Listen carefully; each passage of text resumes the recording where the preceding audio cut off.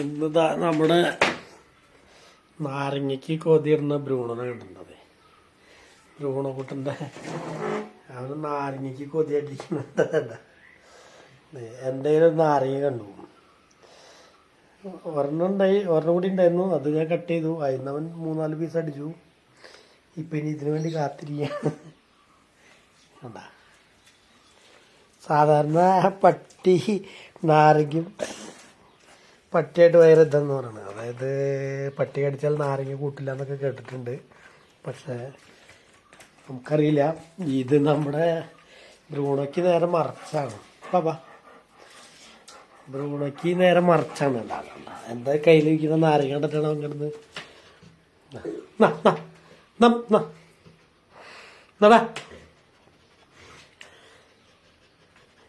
നാരങ്ങയല്ല, ശരിക്കും പറഞ്ഞാൽ ഇത് മറ്റേതാണ്, മോസമ്പിയാണ്.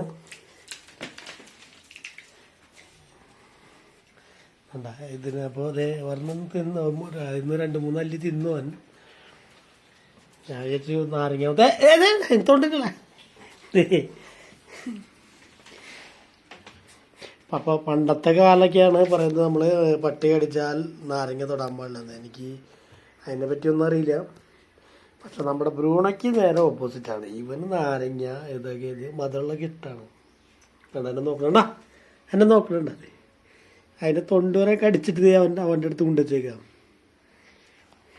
ബ്രൂണ കുട്ടനോടാ നാരങ്ങ തൊണ്ട് ഇത് കളയട്ടെട്ടാ. തൊണ്ട് കളയാണ്ട് കിടത്താന്നുണ്ട്. നോക്കി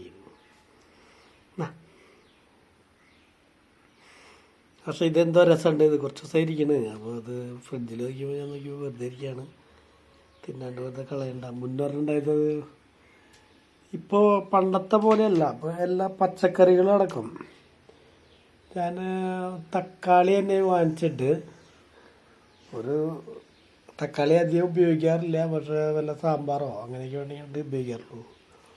അപ്പോൾ എന്താ വെച്ചാൽ പറഞ്ഞതിൻ്റെ കാരണം, തക്കാളി വാങ്ങിച്ചിട്ട് 2 ആഴ്ചയേക്കാൾ കൂടുതൽ ഇരുന്നിട്ടും ചീത്തയാവുന്നില്ല.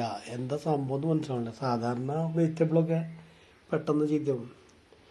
ഇത് ഫ്രിഡ്ജിൽ വെച്ചിട്ടുണ്ടായിരുന്നു. ഫ്രിഡ്ജിൽ വെച്ചാലും ഈ പറഞ്ഞ ഒരു അനക്കല്ലേ ഇതിന്, തക്കാളിക്ക് ഒരു അനക്കല്ല. അപ്പോൾ എന്തോ മായം ചേർത്തിട്ടുണ്ടായിരിക്കുന്ന എനിക്ക് തോന്നണത്. അല്ലെങ്കിൽ പണ്ട് ചീത്തയായി പോകേണ്ടതാണ്. അതൊന്നുമില്ല. അപ്പോൾ അതെന്താവട്ടെ, ഇതിന് ഇനി ബ്രൂണോയ്ക്ക് ഇന്ന് മുറിച്ച് കൊടുക്കണം. ബ്രൂണോ നാരങ്ങ ബ്രൂണോ കുട്ടൻ നാരങ്ങയാണോ?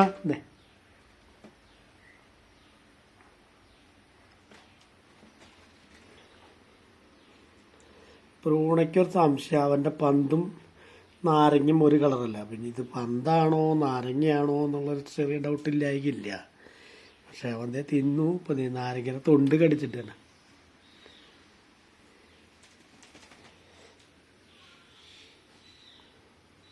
ബ്രൂണക്കുട്ടൻ നാരങ്ങ അതുപോലെ മാവിൻ്റെ ചോട വരെ ഞാൻ ഇടയ്ക്ക് കൊണ്ട് കെട്ടാറുണ്ട്. ഇവിടെ ചെയ്യണ്ട ഈ മാവിൻ്റെ അമ്മ മാങ്ങ ഉണ്ടായിട്ടുണ്ട്. ഈ നാട്ടുമാങ്ങ എന്ന് വെച്ചാൽ അധികം വലുപ്പമില്ല. ഇപ്പം ഇന്ന് ഞാൻ നോക്കിയപ്പോൾ ഒരു മാങ്ങ പഴുത്ത് വീട് എടുക്കണ്ടായിരുന്നു. ആദ്യമായിട്ട് പഴുത്തതെന്നാണ് ഈ പ്രാവശ്യം ആദ്യമായിട്ട് പഴുത്തൊരു മാങ്ങ കിട്ടി. പക്ഷെ അതേപോലെ ബ്രൂണോനെ അവിടെ കൊണ്ട് കെട്ടിക്കഴിഞ്ഞാൽ ഇവൻ്റെ ആ ഭാഗത്ത് വീണ മാങ്ങ തിന്നും പഴുത്തത്.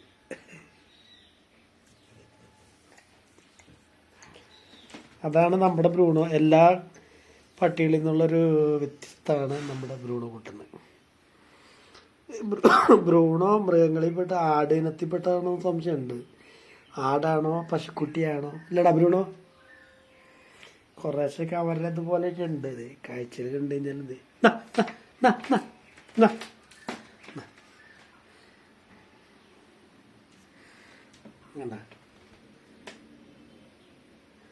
നീ കടിച്ചു കഴിഞ്ഞാൽ വില വിടില്ലത്.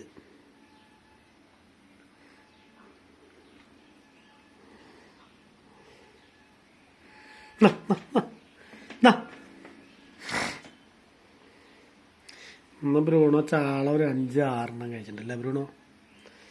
6 ചാളയിൽ കുറവ് ഇല്ലെന്ന്. ചെറിയ ചാളയാണ്, പക്ഷേ ടേസ്റ്റ് ഉണ്ടെന്നുണ്ട്. അവനിഷ്ടമാണ്.